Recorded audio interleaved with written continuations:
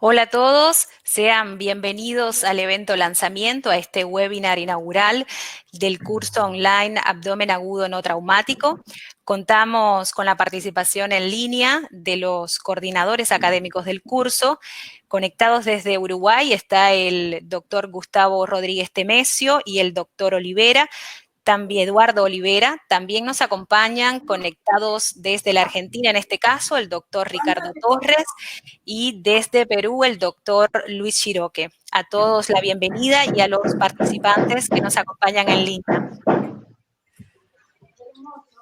Muy bien, buenas tardes para todos. Les doy la bienvenida a todos los cursantes. Le agradezco la confianza que han depositado en nuestro equipo docente al seguirnos en este curso que va a resultar de mucho interés para todos de lo que es el abdomen agudo no traumático. Este es un evento que está diseñado para los médicos y cirujanos de toda América Latina.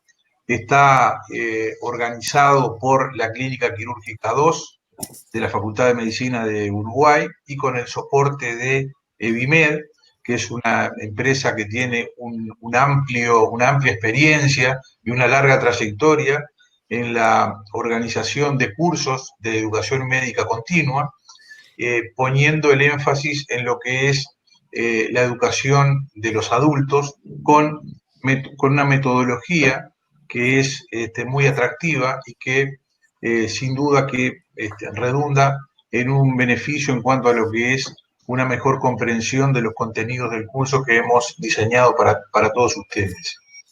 En primer lugar, le quiero agradecer a los profesores invitados la deferencia de que nos estén acompañando, el profesor Ricardo Torres, Luis Chiroque de Perú, así como el resto de los integrantes del panel docente. Ellos son el profesor agregado Edgardo Berriel, de Uruguay, el profesor adjunto de endoscopía Joaquín Berrueta. De la Argentina además participan por la Asociación Argentina de Cirugía el doctor José Herrera, que es un cirujano y fundamentalmente dedicado a la parte mínimamente invasiva, a la doctora Silvia Balmaceda, que también es cirujana y es endoscopista. Desde Paraguay participa el doctor Luis Arestivo, y desde Estados Unidos nos acompaña quien es el director ejecutivo de la ALACE, de la Asociación Latinoamericana de Cirugía Endoscópica, el doctor Sebastián de la Fuente. Este curso tiene como modalidades 4 modalidades diferentes. En primer lugar, ustedes van a contar en cada módulo con conferencias, más de una siempre, 2 o 3 conferencias referidas al tema. Van a ver casos clínicos de simulación clínica, donde se van a ir discutiendo y preguntando los principales aspectos de los cuadros de abdomen agudo que vamos a ver durante el curso. Vamos a contar con videos demostrativos de las distintas técnicas quirúrgicas y endoscópicas, y además con una actividad del foro que los instamos a que participen activamente en el foro, planteando preguntas, planteando dudas, y nosotros vamos a estar intercambiando con todos ustedes nuestros comentarios, nuestros puntos de vista, y les pido que sean en ese sentido, que no tengan inhibiciones y que podamos tener un ambiente de ida y vuelta en esta modalidad que nos permita que esto sea una actividad realmente de valor y de utilidad para todos ustedes. Y por último, recalcar que el objetivo del curso fundamentalmente es hacer una actualización de estos temas que forman parte de nuestro programa, en lo que tiene que ver con el diagnóstico y con el tratamiento de estas patologías, pero enfocándonos en que realmente constituyan una ayuda para resolver los problemas clínicos, los problemas prácticos que se nos presentan en el día a día. Eso es el objetivo fundamental, que sea esto una herramienta que permita la actualización de todos ustedes pero que pueda ser utilizada y bajada a tierra y que sea una herramienta de utilidad en el manejo del día a día de estos pacientes. Muchísimas gracias, doctor Gustavo. Les comento a los participantes en línea que en breve transmitiremos la conferencia inaugural grabada por el doctor Gustavo acerca del abdomen agudo no traumático, pero antes a los docentes participantes que están en línea con nosotros, no sé si tienen algunas palabras para compartir antes del lanzamiento de la conferencia. Bueno, si me permiten, quiero agradecerles desde Argentina la invitación a participar de un acontecimiento académico tan importante, dirigido especialmente, supongo, a cirujanos jóvenes, los cuales para nosotros es siempre un aliciente para seguir trabajando, tratar de seguir enseñando, porque ellos son el futuro de la medicina. Así que para mí es un gran honor haber sido convocado y esperamos cumplir con todas las expectativas puestas por los participantes de este evento. Muchas gracias por la invitación, Gustavo, y a la cátedra a la que representás en Uruguay. Gracias, doctor Torres. Algo, no sé si Chiroque o Olivera quieran aportar. Yo, en primer lugar, quiero expresarles el saludo de los cirujanos peruanos para todos ustedes, los cirujanos de América Latina, los jóvenes y todos aquellos que nos acompañan. Un saludo especial a los profesores que nos han convocado para este evento académico, al doctor Gustavo Rodríguez, al doctor Eduardo Olivera y la compañía en este momento del doctor Ricardo Torres. Así que no me queda nada más que renovarles nuestra confianza en que sigamos preparándonos para atender a nuestros pacientes, que nos sigamos cuidando, ¿verdad? Y por último, y no menos importante, que honremos a todos los médicos de América Latina y el mundo que han muerto en el afán de salvar vidas y de proteger la humanidad. Muchas gracias. Gracias, doctor Chiroque. Bueno, Sí, doctor. yo me sumo al agradecimiento al equipo de EBIMED, una red profesional en la educación médica, que han depositado la confianza en nosotros, y sin duda a todos los colegas de Latinoamérica que han apoyado con sus aportes docentes a este curso.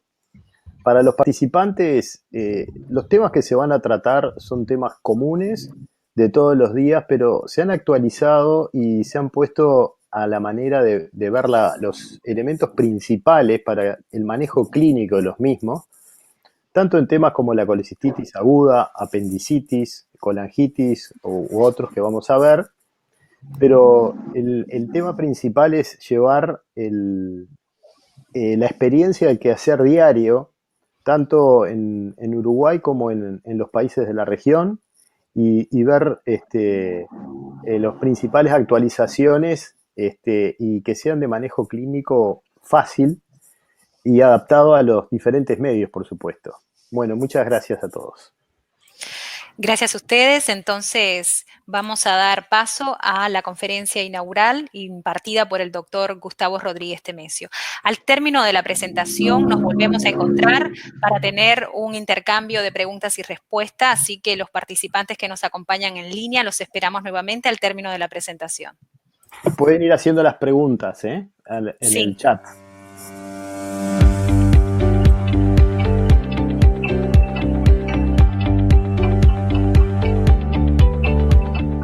Buenos días, buenas tardes. Les doy la bienvenida a todos al curso de abdomen agudo no traumático. A partir de hoy vamos a estar en contacto prácticamente durante un mes, abordando esta temática tan interesante y que mantiene su vigencia a pesar de los avances tecnológicos, imagenológicos, en cuanto al soporte diagnóstico, y que nos va a encontrar abordando distintas patologías. En primer lugar, declaramos no tener ningún tipo de conflicto de interés, y el curso va a estar orientado a lo que es el abdomen agudo no traumático. En primer lugar, debemos definir qué es el abdomen agudo. es aquel cuadro que tiene un máximo de signos de sintomatología a nivel abdominal, que está centrada por el dolor, que es el síntoma príncipe, el síntoma fundamental, y que ese dolor, que ese cuadro, no tiene más de 5 días de evolución. Eso es lo que define al cuadro agudo de abdomen. Su frecuencia es muy notoria, la presencia de este tipo de patología a nivel de los servicios de urgencia, llegando a constituir prácticamente el 10%. O sea que 1 de cada 10 consultas de los pacientes a un servicio de urgencia son por cuadros de dolor abdominal. Y es más, prácticamente la mitad de los ingresos quirúrgicos están determinados por el dolor abdominal. A pesar de, como decíamos, de los avances en cuanto a la paraclínica y a los exámenes imagenológicos, el correcto diagnóstico realizado en forma oportuna y por ende el adecuado tratamiento de estos pacientes continúa siendo un problema cotidiano en los servicios de urgencia. ¿Y esto por qué se produce? Porque existe una amplísima variedad de cuadros que se manifiestan por dolor abdominal. Muchos de ellos requieren de una sanción quirúrgica, pero muchos otros no. Y esa amplia gama de cuadros de dolor abdominal van desde los más frecuentes, que son los cuadros hepatobiliares, gastroduodenales, de obstrucción intestinal, pero también hay otra cantidad importante de pacientes que tienen cuadros de dolor abdominal donde ese dolor no es posible que se determine exactamente cuál es la causa. Es por eso que esta dificultad diagnóstica muchas veces se traslada en un retraso diagnóstico o en un error diagnóstico que lleva a no operar un paciente en determinados casos o en otros a realizar una laparotomía o una laparoscopía que no estaba indicada. Con respecto al diagnóstico, debemos decir que es fundamental la realización de una correcta historia clínica y de un examen físico, que permite diferenciar prácticamente en el 80% de los casos si ese dolor es orgánico o no. La semiología y la evaluación clínica correcta permite hacer un diagnóstico en 3 de cada 4 pacientes. Y un concepto muy importante es que no hay ningún examen paraclínico, ni humoral, ni imagenológico que sustituya la clínica. Muchas veces existe la tendencia a pasar rápidamente del interrogatorio y un examen físico realizado en forma muy somera a la solicitud de exámenes imagenológicos. En general, lo que no surge de una correcta historia clínica y de un correcto examen físico difícilmente pueda ser aportado por un estudio imagenológico. Por eso recalcamos el valor de la clínica en estos pacientes. Y un elemento muy importante es lograr la caracterización del dolor abdominal. Y para eso debemos indagar aspectos que son conocidos, pero no está de más recalcarlos, como son el inicio del dolor, las circunstancias de aparición de ese dolor, su relación o no con las ingestas, el tipo de dolor, si es un dolor cólico, si es un dolor permanente, la intensidad evaluada en una escala de 0 a 10, en el 0 no dolor y el 10 el máximo, la topografía del dolor, que es un elemento fundamental, dónde comienza ese dolor y luego dónde se topografía posteriormente, cuáles son sus irradiaciones, cuáles son sus fenómenos acompañantes, si existe una repercusión digestiva alta, náuseas, vómitos, si existe una repercusión sobre el tránsito digestivo bajo, si hay fiebre, si hay elementos de un síndrome toxoinfeccioso acompañante. Y para eso vamos a recordar un poco cuál es la fisiopatología del dolor abdominal, que como decimos, es en general es el eje, es el centro, digamos, del cuadro de estos pacientes. En primer lugar, recordar que existen receptores del dolor y que esos receptores están a nivel del músculo liso, de las vísceras huecas, a nivel de la cápsula de los órganos macizos, como la cápsula hepática, renal y del vaso, a nivel del peritoneo parietal y del mesenterio, y que por el contrario no están presentes en el peritoneo visceral y en el epíploro mayor. Esos receptores del dolor responden a estímulos mecánicos y a estímulos químicos. Esos estímulos mecánicos en los cuadros agudos de abdomen en general son la distensión o el estiramiento visceral, la inflamación y la isquemia. Esto genera la liberación de mediadores químicos como lo son la serotonina, la bradiquinina, la sustancia P y las prostaglandinas, que actúan sobre el sistema nociceptivo con la generación del dolor, en este caso del dolor abdominal. Bien, desde el punto de vista de la fisiopatología, ¿cuáles son las vías, digamos, mediante las cuales, las vías nerviosas mediante las cuales se genera el dolor?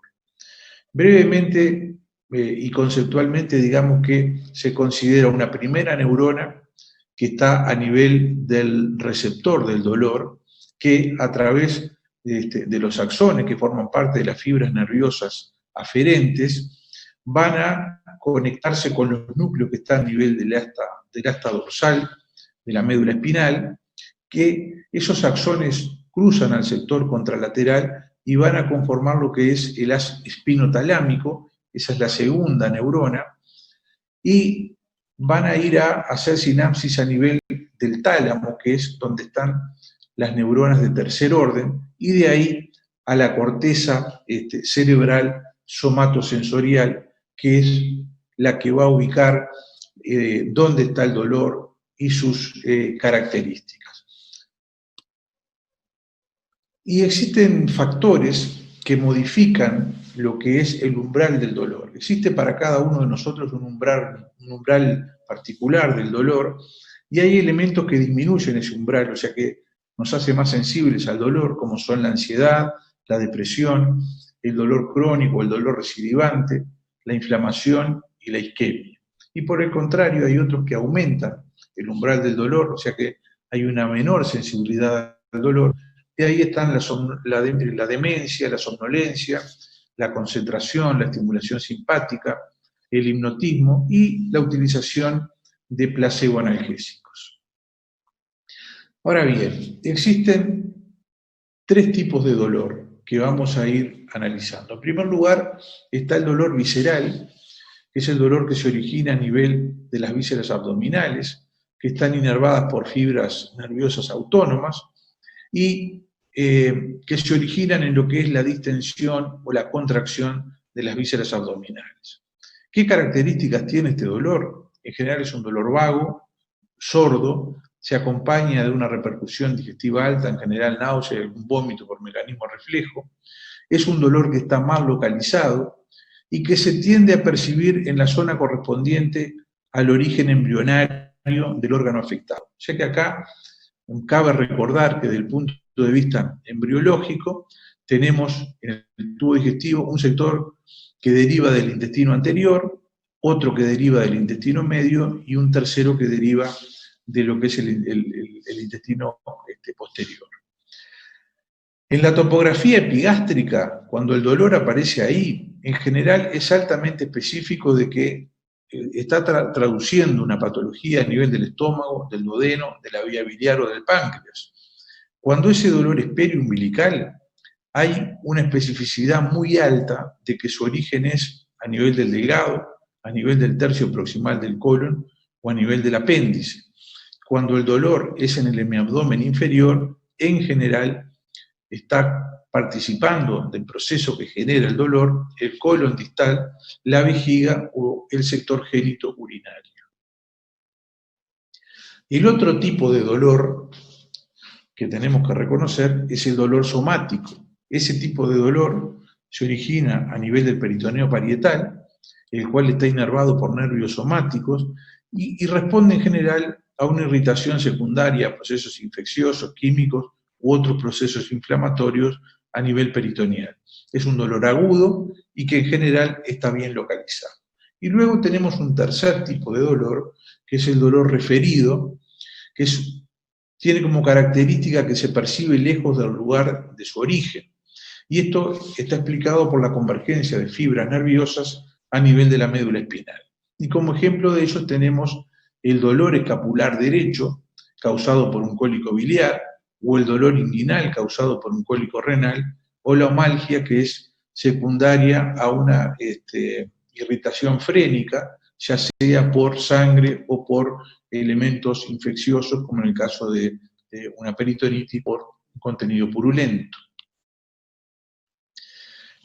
Como decíamos, la localización del dolor ya nos puede orientar a cuál es el origen del cuadro que está generando esa expresión clínica sobresaliente que es el dolor abdominal.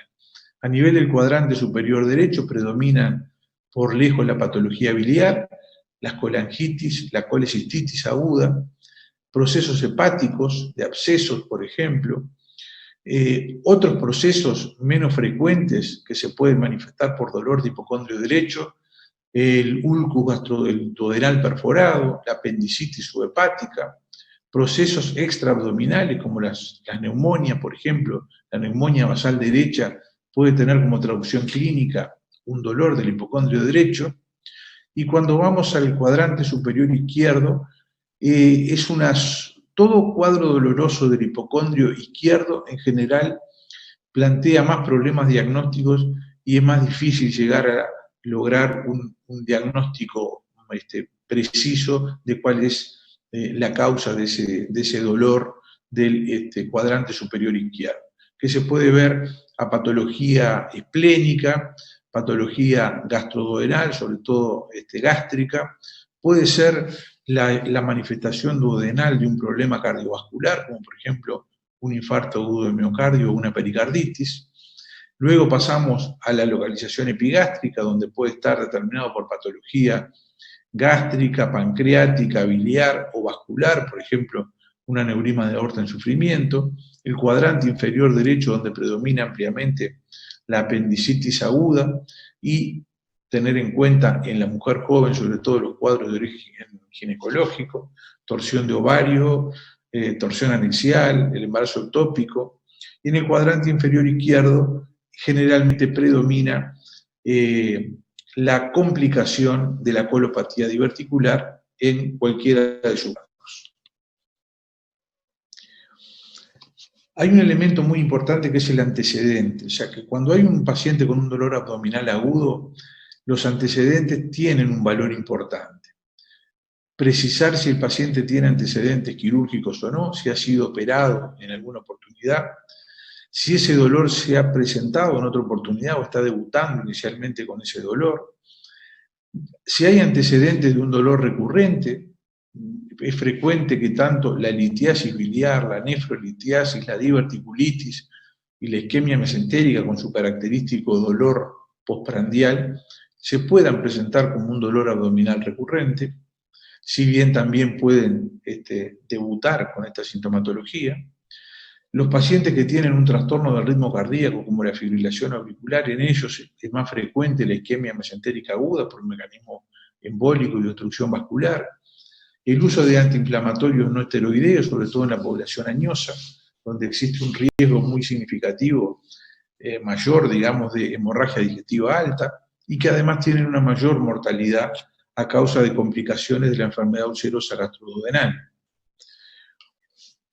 Siguiendo con el tema de los antecedentes, la presencia de una diabetes es un elemento importante a consignar. Es conocido el mayor riesgo de estos pacientes a sufrir pancreatitis aguda, que además asocian obesidad, litiasis biliar, frecuentemente alcoholismo.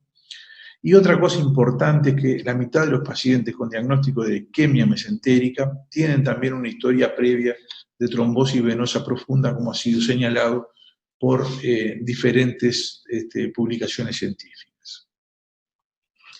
Entonces, jerarquizando el examen clínico de estos pacientes, que como decíamos es fundamental, hay elementos que son muy importantes de consignar. El facies, si hay un facies tóxico, ojos hundidos, facies afilado, el estado de conciencia, si está lúcido o no, la presencia de una deshidratación, la presencia de fiebre como elementos de un síndrome toxoinfeccioso, la frecuencia respiratoria, puede tener un aumento de la frecuencia respiratoria, una polimnea, que sea una expresión más junto con la taquicardia de un síndrome inflamatorio de respuesta sistémica, el control, conocer la diuresis, ¿verdad?, para descartar una repercusión renal de un cuadro que se está gestando o que ya está instalado, y desde el punto de vista del examen, los signos de irritación peritoneal, que se van a ir viendo a lo largo del curso, el signo de Murphy de la colecistitis aguda, el signo de Robson, del psoas y del obturador en los casos de la apendicitis aguda. Entonces, a ese pilar clínico fundamental se agregan las imágenes. En el cuadro agudo de abdomen es fundamental el aporte que ha hecho la tomografía computada, donde tiene prácticamente para la mayor parte de las patologías una sensibilidad que está por encima del 90%. Por ejemplo, vemos que en la apendicitis aguda su sensibilidad es prácticamente del 95% cuando se puede ver el apéndice, pero también puede mostrar otros elementos como una alteración de la densidad en la grasa pericecal, algo un poco de líquido, una colección. En la oclusión intestinal también la sensibilidad es muy alta y es mejor el rendimiento que la radiografía de abdomen de pie acostado, aunque igualmente es un examen que se sigue solicitando. La ultrasonografía tiene una alta sensibilidad para la colecistitis aguda, y así cuando vamos pasando por las diferentes patologías, la diverticulitis, la sensibilidad de la tomografía es muy alta, también lo es en el caso de la angiotomografía para la isquemia mesentérica, 96%, para la pancreatitis aguda, para la perforación de víscera hueca también tiene una muy alta sensibilidad para hacer diagnóstico de neumoperitoneo, que a veces pasa desapercibido en la placa de tórax de pie, y también en la evaluación del cólico ureteral, cuando es preferible en estos casos hacer la tomografía sin contraste. Ahora bien, existe un grupo de pacientes no despreciable donde, a pesar de una correcta historia clínica, un examen físico adecuado, los estudios humorales correspondientes solicitados y los exámenes de imágenes, no se llega a un diagnóstico claro de qué es lo que tiene el paciente. Y eso llega en algunos trabajos prácticamente hasta el 39% de los casos. Frente a esa situación tenemos dos posibilidades.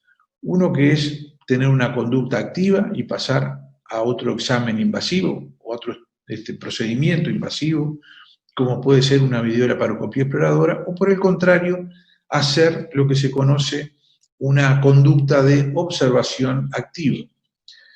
La observación activa, ¿en qué consiste? Frente a un paciente con un diagnóstico incierto, es necesario realizar un examen clínico seriado.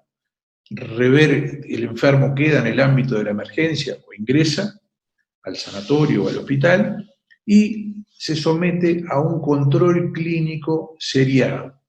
Esto tiene dos elementos a destacar. Por un lado, esa observación y el dar esas horas en la evolución nos va a aumentar la posibilidad de hacer un diagnóstico correcto. Y por otro lado, está demostrado que esta actitud no empeora el pronóstico del paciente. Y que además disminuye el número de laparotomías innecesarias. Y es bien sabido de que hay prácticamente entre un 16 y un 20% de apendicectomías innecesarias generadas por cuadros de dolor abdominal de la fosa ilíaca derecha, en particular en pacientes del sexo femenino, donde se agrega al diagnóstico diferencial toda la patología fundamentalmente geniturinaria. Y además, esa observación activa permite disminuir los hallazgos negativos en la exploración, o sea, impide hacer una laparoscopía o una laparotomía a pacientes que no lo requieran, y baja esos números de un 33% de hallazgos negativos a un 5%. O sea que es una táctica aceptada, la observación activa en este grupo de pacientes. Y por último, digamos que a modo de resumen de un algoritmo, resumen de algoritmo, tenemos que, frente a un paciente que nos consulta por un cuadro agudo de abdomen, como vimos, la historia clínica y el examen físico son capitales, y la paraclínica humoral, fundamentalmente la leucocitosis y la proteína C reactiva inicialmente, nos pueden llevar a un diagnóstico probable, y la imagenología nos permite descartar los diagnósticos diferenciales, como son la ecografía o la ultrasonografía, mismo la tomografía computada o el diagnóstico laparoscópico. Una vez que tenemos una confirmación diagnóstica o una alta probabilidad diagnóstica, ese cuadro quirúrgico, ese cuadro requiere de un tratamiento que va a ser invasivo. Ese tratamiento invasivo admite diferentes posibilidades de resolución. Puede ser una resolución quirúrgica, que puede ser mediante un abordaje videolaparoscópico mínimamente invasivo o mediante una laparotomía convencional. Puede admitir un tratamiento endoscópico, como en el caso, por ejemplo, de una colangitis aguda. Puede requerir un tratamiento endovascular o un abordaje mínimamente invasivo por vía percutánea. Ahora bien, cuando tenemos una duda diagnóstica y tenemos un dolor abdominal no especificado, pasamos a una etapa de observación activa. Esa observación activa del paciente nos puede dar como resultado que hay una resolución completa de los síntomas que motivaron la consulta. El paciente mejora del dolor, el dolor desaparece, no tiene elementos infecciosos, tolera la vía oral, con lo cual consideramos resuelto el caso. Si por el contrario ese paciente mantiene la sintomatología dolorosa o agrava los síntomas, es necesario pasar a un procedimiento invasivo, entrando de nuevo en estas 4 ramas de o quirúrgico, o endoscópico, o endovascular, o percutáneo en el abordaje terapéutico. Muchas gracias.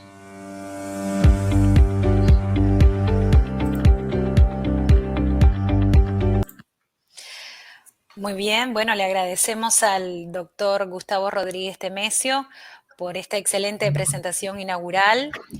Ya volvemos en línea con el resto de los docentes convocados.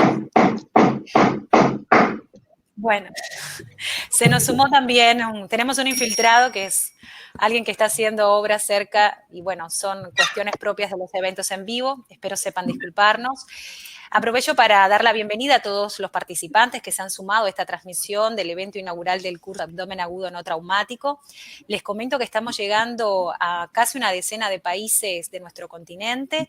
Tenemos muchísimos saludos de Perú, desde México, el interior del Uruguay, también el interior de la Argentina, desde Costa Rica.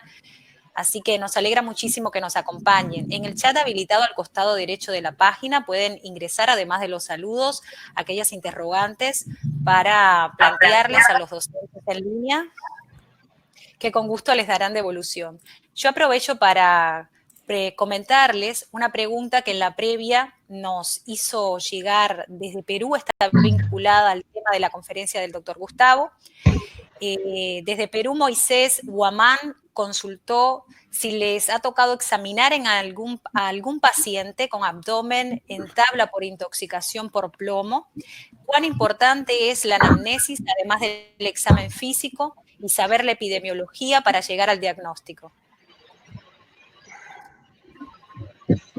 Bueno, con respecto a la primera pregunta, en realidad el cuadro de intoxicación plúmbica es un cuadro que puede generar un cuadro de dolor abdominal, pero en general es bastante poco frecuente y probablemente sea una patología que esté subdiagnosticada. En general, en Uruguay, por ejemplo, el tema de la intoxicación por plomo se da sobre todo en los niños, en la edad pediátrica, y una manifestación clínica frecuente es el dolor abdominal, y en general se acompaña de otros elementos como la hipertensión arterial, que es un elemento que llama la atención. Y nosotros, la verdad que en pacientes con intoxicación por plomo en adultos con un síndrome de irritación peritoneal no hemos visto. Cuadros de dolor abdominal en los cuales se valora, se estudia completamente, no se llega a un diagnóstico claro y después por descarte va surgiendo la noción de contacto, sobre todo la noción ambiental de contacto con el plomo, induce a ese planteo, pero prácticamente de descartes. Y bueno, y lo otro, en la segunda pregunta, con respecto a que hablaba de la importancia de la anamnesis y del examen físico, yo ya hice referencia en la presentación, pero me gustaría preguntarle a Ricardo a ver qué opina él con respecto a esos aspectos en el diagnóstico inicial de estos pacientes.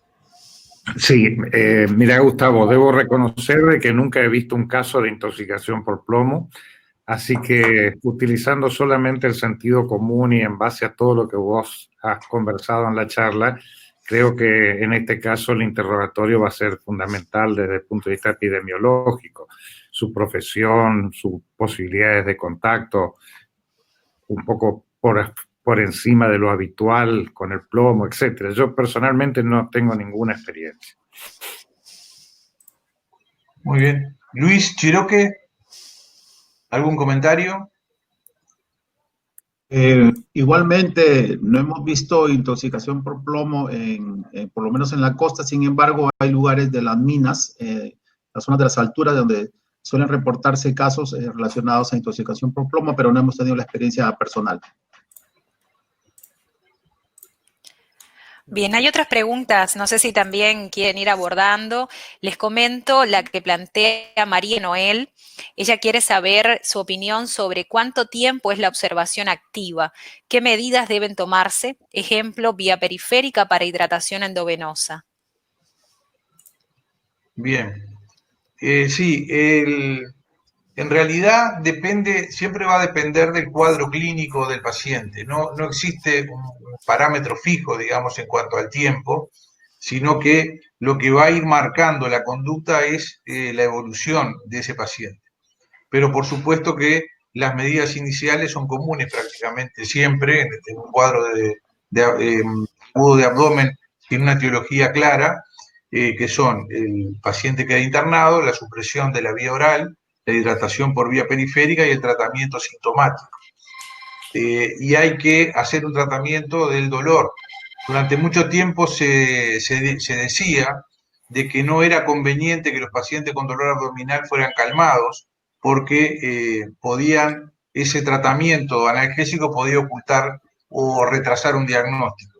Y eso está demostrado por diferentes trabajos que no es real y que lo que importa es que cuando un paciente llega con un cuadro agudo de abdomen, lo fundamental es lograr la analgesia del paciente, porque no un cuadro agudo de abdomen en general con una causa quirúrgica, por más que uno lo calme, la expresión clínica se va a manifestar con el correr de las horas. Y en cuanto al tiempo de la observación activa, también va a depender de la evolución del paciente. Si uno ve el paciente a las 6, 8 horas y el cuadro está prácticamente igual o retrocedió, eso aleja la posibilidad de que tenga un cuadro que uno tenga que tener una intervención ser más agresivo, ya sea una laparoscopía o una laparotomía exploradora. El criterio que manejamos nosotros es que cuando el paciente tiene un cuadro de patología intraabdominal, por ejemplo, una apendicitis aguda, después que se desencadena el proceso patológico, si uno lo vuelve a ver a las 6, 8 horas, ya ese cuadro en general se definió, porque después que empieza el proceso patológico, nada hace que vuelva atrás. O sea que la sintomatología va a ir empeorando y uno ahí, cuando lo reevalúa el enfermo, ya ahí puede tomar la decisión. Pero me gustaría también que Luis y Ricardo, que tienen amplia experiencia, puedan comentar algo, a ver cuál es su opinión con respecto a esto. Te cedo, Luis, y después hablo yo.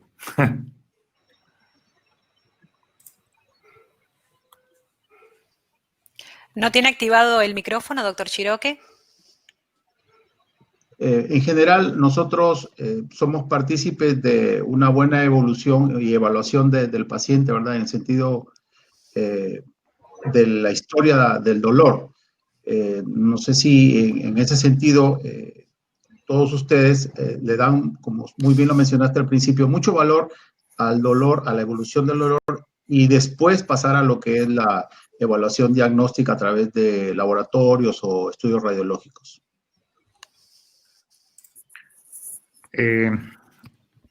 Un poco producto de mi edad he vivido distintas etapas que han cambiado conductas ante el abdomen agudo. Todavía recuerdo la expresión de expectación armada, donde íbamos cada 2 horas, cada 3 horas a tratar de ver la evolución de un cuadro de abdomen agudo. Y esa expectación armada fue cambiando desde la aparición de la laparoscopía, en que en un contexto donde un diagnóstico agresivo, como puede ser un diagnóstico con anestesia general, que es la forma de hacer una laparoscopía, no constituya un riesgo demasiado aumentado, esto suple como elemento diagnóstico a esa expectación. Con esto lo que quiero decir es que dentro de un contexto de un abdomen agudo que creemos quirúrgico y tomada todos los recaudos iniciales lógicos de análisis, imagenología, etcétera, etcétera, no retardamos la exploración laparoscópica porque consideramos de que es un método más de diagnóstico y eventual tratamiento. Dentro de las patologías más comunes, como puede ser la apendicitis aguda, preferimos a veces encontrarnos en que no era una apendicitis. La causa del dolor en ese puede darse 3 circunstancias. Puede darse de que si es apendicitis, saquemos el apéndice. Si encontremos otra causa del dolor, hacemos el tratamiento de esa causa, por ejemplo, una causa ginecológica, y en ese caso no tocamos el apéndice. Y puede darse un cuadro que simula una apendicitis y nos encontramos con lo que aparentemente es un apéndice sana. En ese caso hacemos la apendicectomía profiláctica porque ese cuadro se puede repetir y va a volver a motivar una interpretación de una apendicitis, o porque estamos en un estadio inicial de una apendicitis que no tiene una manifestación macroscópica a la vista de la exploración laparoscópica. Con esto, para redondear, lo que quiero decir es que cada vez expectamos menos y ponemos el laparoscopio en forma más precoz.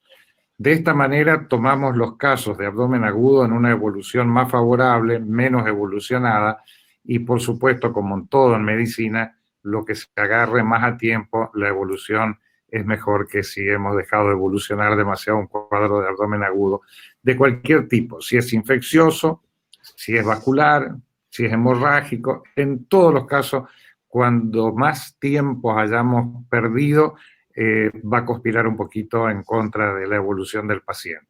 Entonces, dentro de un contexto de no riesgo demasiado aumentado para una anestesia general, para nosotros el laparoscopio es un instrumento más de diagnóstico y eventualmente de tratamiento. Lo usamos mucho. Eduardo Olivera. No, sin lugar a dudas, la definición del tiempo que uno tiene la conducta expectante varía del lugar donde uno está. Si uno tiene a su disposición tomografía de alta resolución con servicio de imagenología 24 horas, tiene a disposición ecografía, incluso ecografía transvaginal para los cuadros ginecológicos, tiene también la posibilidad de laparoscopía. Bueno, ese es el contexto ideal en donde todos estamos. Pero, y ahí varía entonces también las necesidades. Muchas veces servicios de alta demanda que requieren que tienen poca cama, y entonces en esos casos muchas veces se utiliza dentro de los protocolos de la urgencia la tomografía precoz, en el cual tienen un alto índice de tomografías que no evidencian patología, y que el paciente, dentro de esa observación que es activa, pero con estudios imagenológicos de por medio en forma rápida y precoz, nos estamos acercando o descartando grandes diagnósticos inicialmente. Por eso uno se tiene que poner en el lugar donde está y ver qué herramientas tiene, porque la la expectativa armada, como decía el profesor Torres recién, en el cual al paciente se lo deja suspendida la vía oral con una vía periférica para hidratación y en el cual vamos examinando y evaluando en las siguientes horas, cada 4 o 6 horas, es tal vez de las formas que uno hace una medicina más racional, si se quiere, porque evita también costos de imagenología o costos de bloc o costos de internación, pero eso lo debe poner en la balanza, porque también muchas veces uno llega a puntos y ahí es donde está, y el clásico ejemplo es la apendicitis. Si uno opera precozmente los dolores en fosa ilíaca derecha, puede llegar hasta tener un 30% de apéndices sanas. En cambio, si los operas muy tardíamente, seguramente vas a tener menos del 10%, pero ya corres el riesgo de tener peritonitis apendiculares por dejar evolucionar cuadros ante la expectativa. Es muy difícil, y muy buena la pregunta de María Noel, ¿cuál es el tiempo exacto? Y ese es el kit de la cuestión, es la ley del arte que hace la medicina, en el cual la clínica es soberana y después utilizar racionalmente los recursos que tenemos. La ecografía, y en esto es fundamental que nosotros como cirujanos o médicos de puerta comencemos a hacer ecografía nosotros también. Hoy los ecógrafos están a disposición, podemos diagnosticar una colecistitis, se puede diagnosticar con un entrenamiento de no más de 20, 30 pacientes cuadros apendiculares y sin lugar a dudas, si tenemos tomógrafo u otras herramientas, llegar a una adecuada racionalización de lo mismo. Muchas gracias. Gracias a todos ustedes. Y les comento que de las inquietudes que vienen planteándose en el chat, hay varias relacionadas con la analgesia, la que hacía mención el doctor Gustavo, sin analgésico. ¿Han tenido, qué opinan del uso de analgésicos en la etapa activa? Hay varias relacionadas con eso y en el caso de María Angélica Pereira Betancur específicamente, ella plantea que en un cuadro de apendicitis de procurar la analgesia puede ser que el paciente cuando llegue a su destino al palparlo no encontrarían un Mark Burney positivo.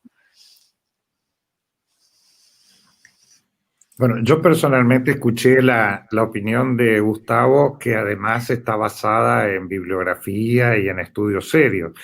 De cualquier manera, yo sigo fiel todavía al viejo criterio de no enmascarar los síntomas.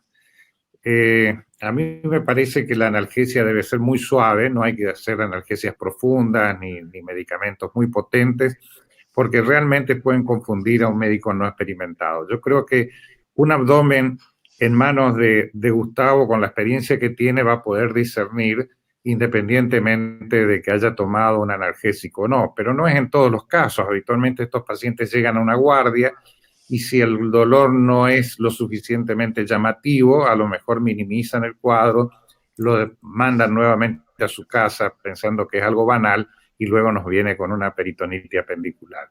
Entonces, como regla general, yo creo que hasta no tener la decisión tomada de la cirugía, preferimos no dar analgésicos potentes. Ahora, si ya pusimos hora y día y estamos preparando el quirófano, ¿para qué hacerlo sufrir? Obviamente, en ese caso tratamos de calmarle el dolor total, no me va a cambiar la decisión terapéutica que vaya a tomar. En ese sentido, me gustaría también aportar a que nosotros estamos viviendo en un nuevo escenario, ¿verdad? El escenario COVID. Y están llegando pacientes COVID positivo que vienen con dolor abdominal.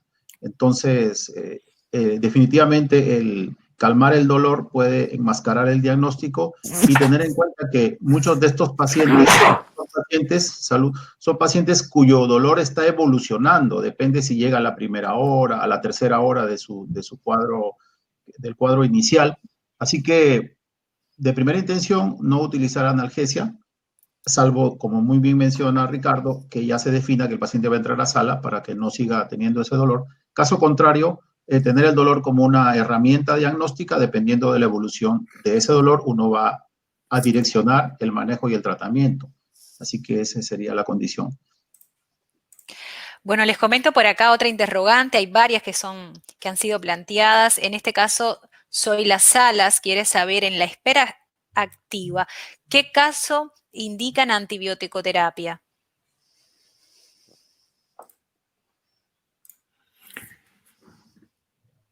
Para nosotros,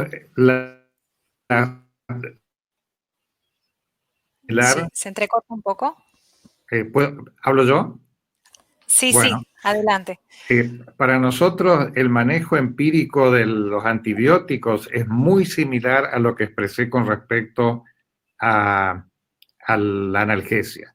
No damos antibióticos hasta no tener claro el cuadro, porque creemos que también, al igual que la analgesia, nos va a poder enmascarar el cuadro. Piensen ustedes que hay apendicitis agudas que son tratadas médicamente, sabiendo que son apendicitis, médicamente con antibióticos, o sea que pueden llegar a revertir, pero eso es una cosa que para nosotros no es deseable. Nosotros preferimos hacer la apendicectomía.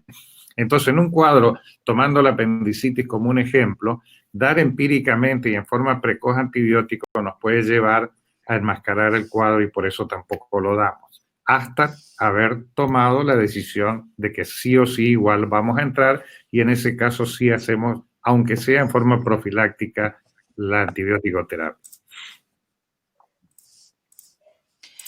Muchísimas gracias. ¿Algo más que quieran aportar sobre esto? Si no, pasamos a otra de las interrogantes.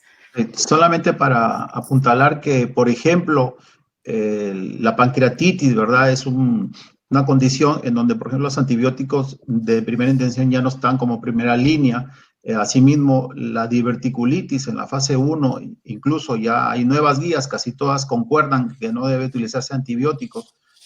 Así que creo que en un futuro inmediato vamos a utilizar realmente el antibiótico profilaxis o antibiótico terapia en el momento en que ya uno tenga el diagnóstico casi firme de la condición que tiene el paciente.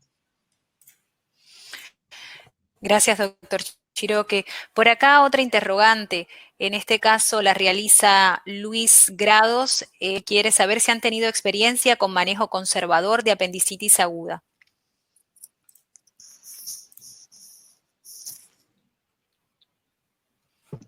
En el tiempo de la pandemia del COVID al inicio, las guías recomendaban diferir los procedimientos quirúrgicos al máximo posible, y en algunos casos, a pacientes muy seleccionados, se pretendió utilizar esa conducta. Sin embargo, en países como los nuestros, ese paciente regresaba muchas veces en peores condiciones, así que tomamos la postura de que todo paciente debía ser intervenido una vez que tenía el diagnóstico, no diferir su tratamiento quirúrgico. Gracias, doctor Chiroque. ¿Algo más que quieran aportar el resto de los docentes en línea sobre esta interrogante? Personalmente concuerdo con lo que dice Chiroque, prefiero la conducta quirúrgica, que por otra parte es casi siempre laparoscópica, es mini-invasiva, es resolutiva, con muy baja morbimortalidad, y creo de que es un juego un poquito peligroso el de expectar con antibióticos. A veces anda, pero cuando no anda viene en peores condiciones. Totalmente de acuerdo. El tema, en Uruguay prácticamente no se hace manejo conservador. Yo personalmente no lo he hecho, pero donde uno lee que han hecho o que hacen manejo conservador con antibióticos, tiene que ser bajo protocolos muy estrictos. Hay que tener disposición de tomografía por cambios eventuales.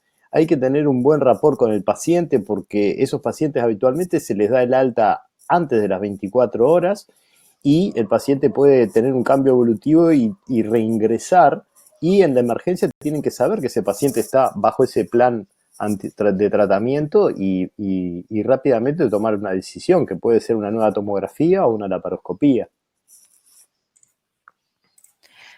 Gracias a los miembros del panel. Hay una pregunta muy interesante que nos hacía en la previa. A Gustavo no se lo escucha. Adelante, doctor Gustavo. Tienes el micrófono apagado. El micrófono, por favor, ¿lo puede activar? Perdón. Un breve comentario. Por ejemplo, en Uruguay el tratamiento médico de la apendicitis aguda no se hace en ningún lado. Una vez que se hace el diagnóstico de apendicitis aguda, es quirúrgica.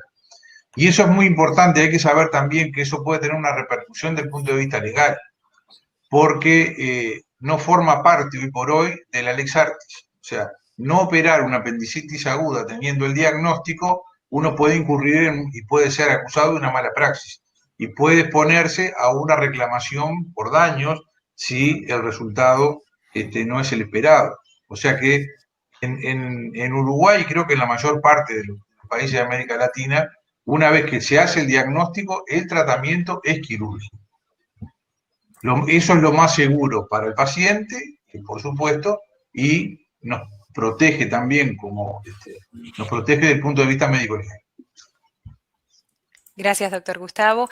Y bueno, les comentaba que hay una pregunta muy interesante. Estamos viviendo un contexto muy particular con la pandemia por COVID-19 y desde Paraguay, Juan Barbosa les consultaba qué estrategias se están utilizando para la realización de cirugías programadas en este contexto de COVID-19 en el ámbito público. Bueno, para contextualizar, estás hablando, imagino, de las cirugías electivas, ¿verdad? En el caso de nosotros en el país, en el Hospital Almenara, suspendimos cirugías electivas marzo, abril, mayo, junio. Y desde julio, estando en categoría 3 de pandemia, en donde prácticamente está recomendado atender ya a los pacientes oncológicos, iniciamos cirugía oncológica en los pacientes de diferentes patologías, ¿no? Cáncer colorectal, metástasis hepáticas, todo aquello que entra en la patología oncológica y sobre todo pacientes con cáncer de recto que ya habían recibido neoadyuvancia, quimio, radioterapia y ya se les estaba pasando el tiempo de la acción de ese esquema terapéutico. Así que reanudamos. En nuestro caso, nosotros hemos condicionado a hacer cirugía laparoscópica si es que tenemos filtros de CO2. La institución aún no los compra, pero hemos retornado básicamente a la cirugía abierta o convencional y todos los pacientes se están haciendo por cirugía abierta. Esperemos que pronto la institución reanude la compra de estos filtros para también nosotros retornar a la cirugía laparoscópica con condiciones seguras para todo el equipo quirúrgico. Gracias, doctor Chiroque. ¿Algo que quieran aportar los docentes en línea de acuerdo a su experiencia? Bueno, nosotros dividimos dos grupos, ¿no es cierto? El grupo de la emergencia, que no puede ser evitada la cirugía y que se opera con todos los cuidados necesarios, pero en nuestro caso priorizamos la cirugía laparoscópica, es decir, que estamos operando aún a los COVID con cirugía laparoscópica. Con los cuidados necesarios por todos conocidos, tratar de aspirar el humo y no usar chimenea, etcétera, etcétera, pero sí tratamos de agredir menos a un enfermo que ya está comprometido por su enfermedad. Con respecto a la electiva, las condiciones en donde yo estoy, que es una ciudad del interior del país, han mejorado y en este momento estamos operando con PCRs negativas. Hacemos una PCR y si está negativa dentro de las 48 horas, no más de 48 horas, estamos haciendo cirugías electivas y vuelvo a repetir por vía laparoscópica.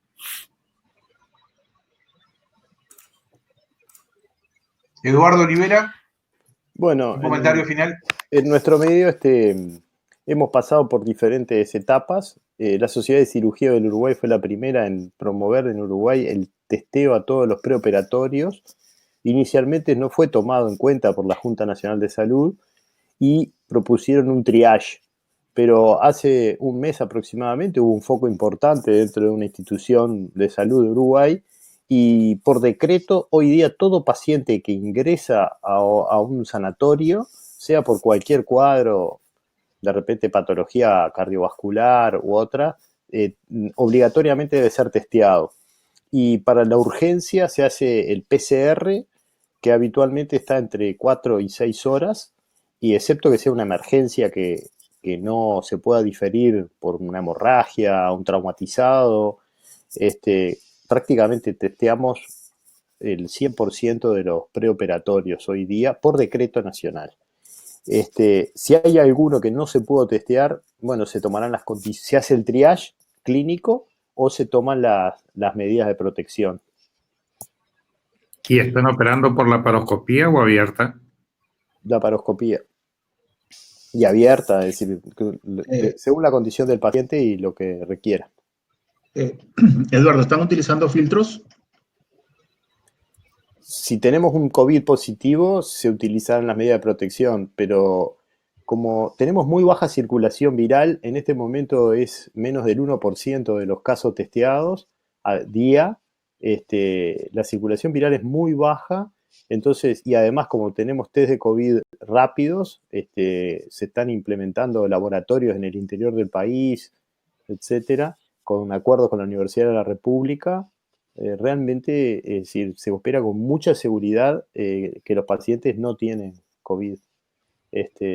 Y en algunos casos donde requiera, eventualmente son emergencias que habitualmente no se hagan por laparoscopía, traumatizados, hemorragias, etcétera, que si puede diferirse 6 horas, ya tiene el PCR habitualmente. En algunos lugares del interior puede demorar 24 horas.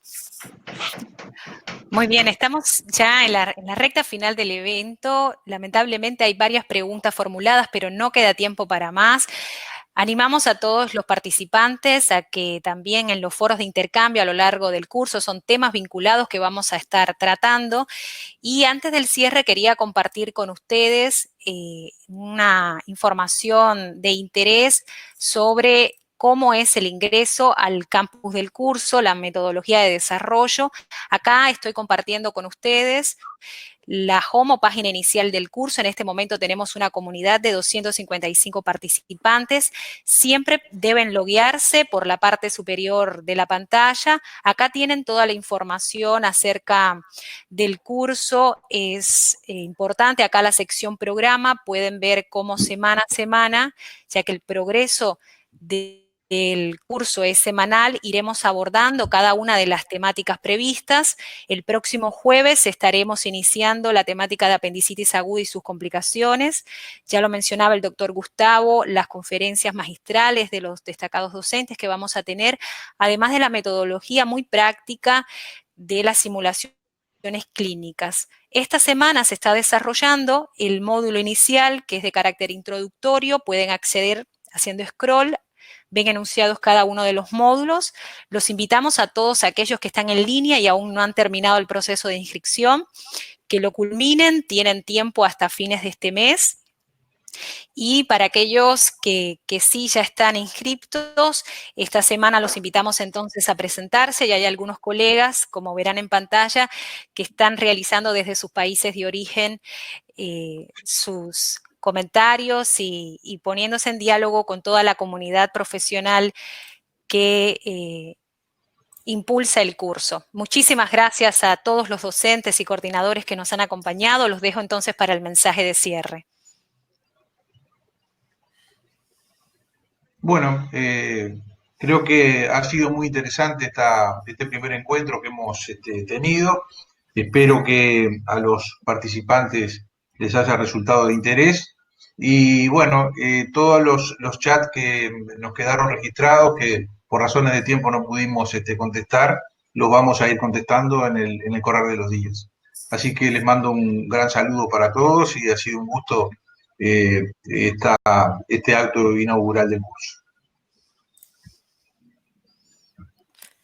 Gracias, doctor Gustavo. ¿Algún otro docente que quiera hacer un comentario final antes del cierre? Agradecer una vez más la invitación y reiterarles que es un gran placer compartir siempre con ustedes, con amigos, con colegas, todo lo que pueda ser enseñanza de nuestra pasión, que es la cirugía. Adiós. Muchas gracias por la invitación. Un honor participar con todos ustedes. Felicito a la organización del evento y esperamos seguir aportando en la medida de nuestras posibilidades a atender esta necesidad educativa. Muchas gracias. Bueno, entonces nos estamos viendo en el campus del curso. Muchísimas gracias a todos por su participación y nos encontraremos en un próximo evento. Muy buenas tardes.